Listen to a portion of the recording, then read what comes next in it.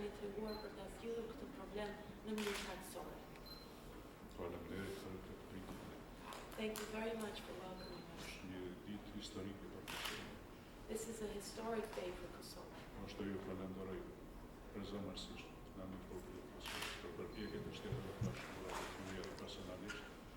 I also want to thank you in the name of the people of Kosovo for all of the efforts of the United States, but also your personal efforts.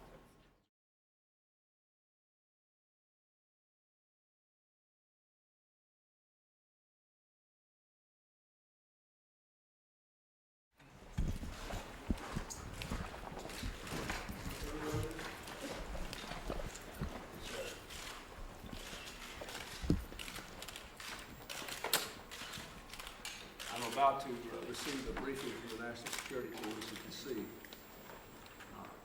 I'm very grateful that our crews returned home safely after their work last night, and I'm very grateful that the United States Congress has expressed its support for them. I want to say again that our purpose here is to prevent a humanitarian catastrophe or a wider war. Our objective is to make it clear that Serbia must either choose peace or we will limit its ability to make war. And we're going to give a briefing and lay further comments today.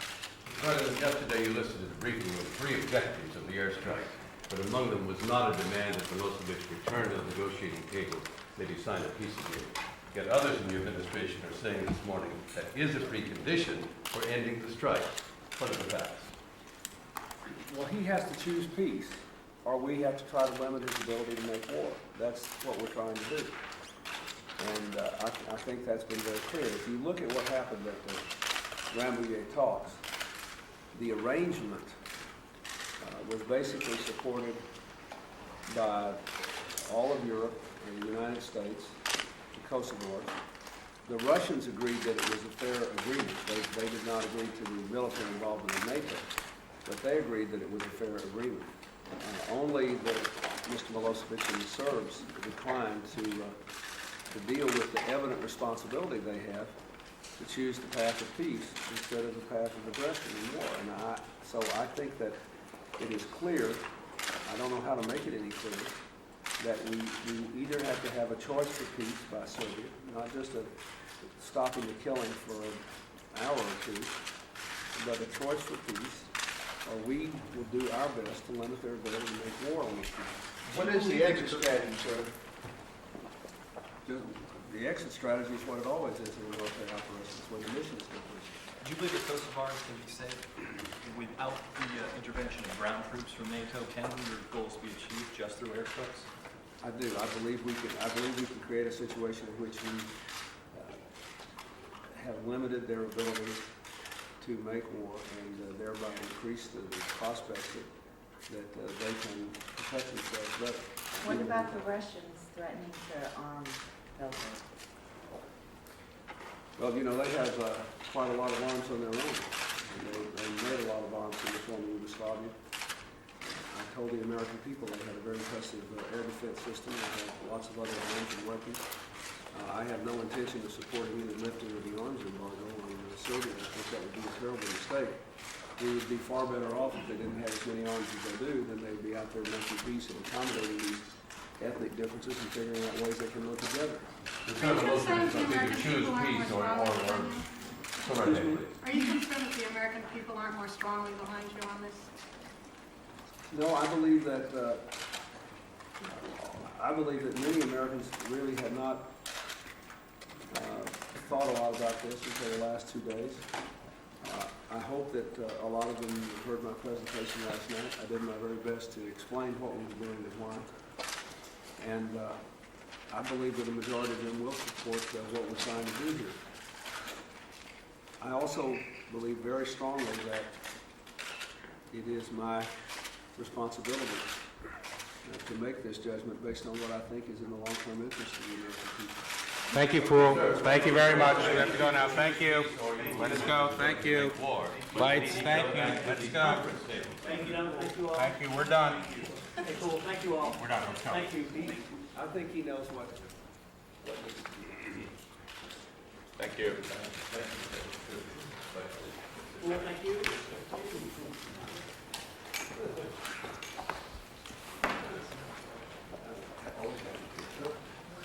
Very gracious, Sam. Don't want to hog it, sir. Everyone noticed.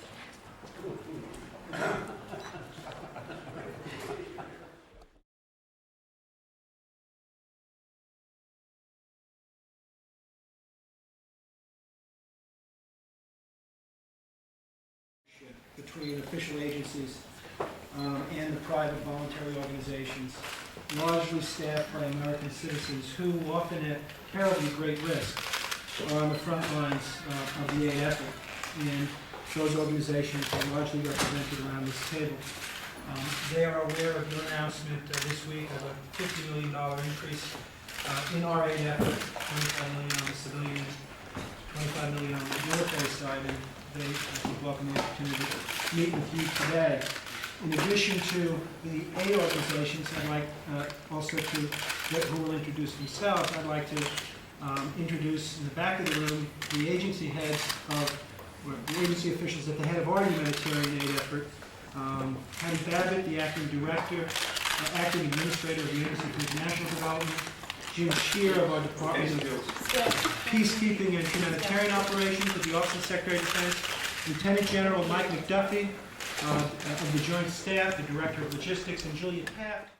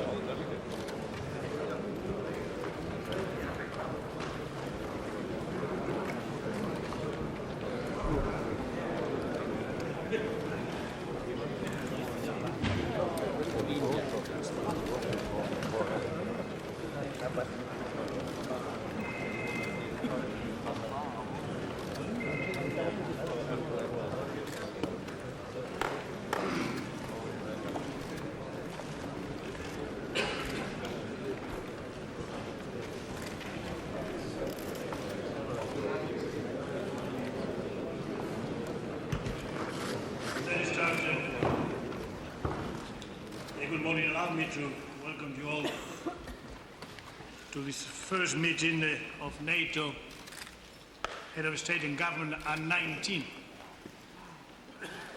I extend a special warm greeting to those representing their country for the first time at a NATO summit, and in particular to the leaders of the 3 new members of the alliance.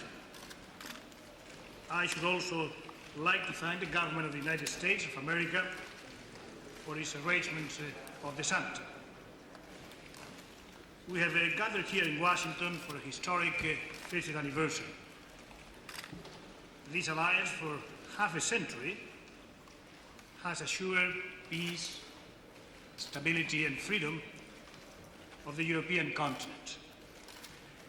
As we celebrate past achievements, we are determined to see these principles carried into the next century. As we meet in Washington today, Europe is confronting a very serious crisis. Images of hundreds of thousands of deported people, burned homes, and destroyed villages recall scenes we had hoped never to see again.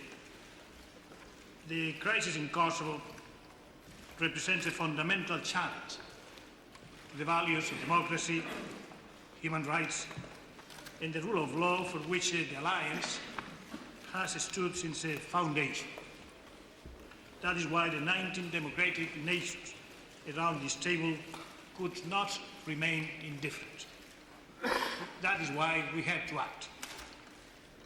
As we continue our military operations with the ultimate aim of securing a just political solution to the crisis, NATO allies are united in their resolve to see this challenge through.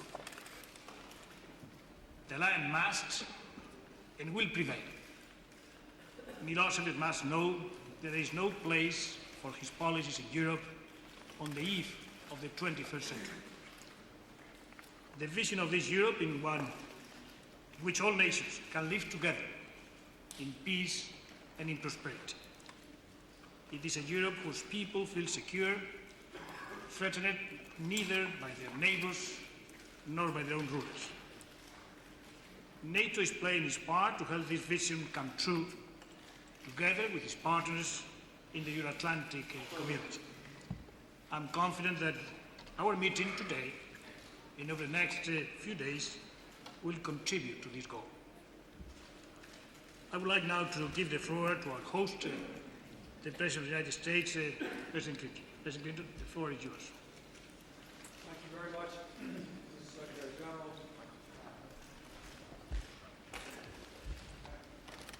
Mr. Secretary General, fellow leaders, let me begin by welcoming you warmly to the United States.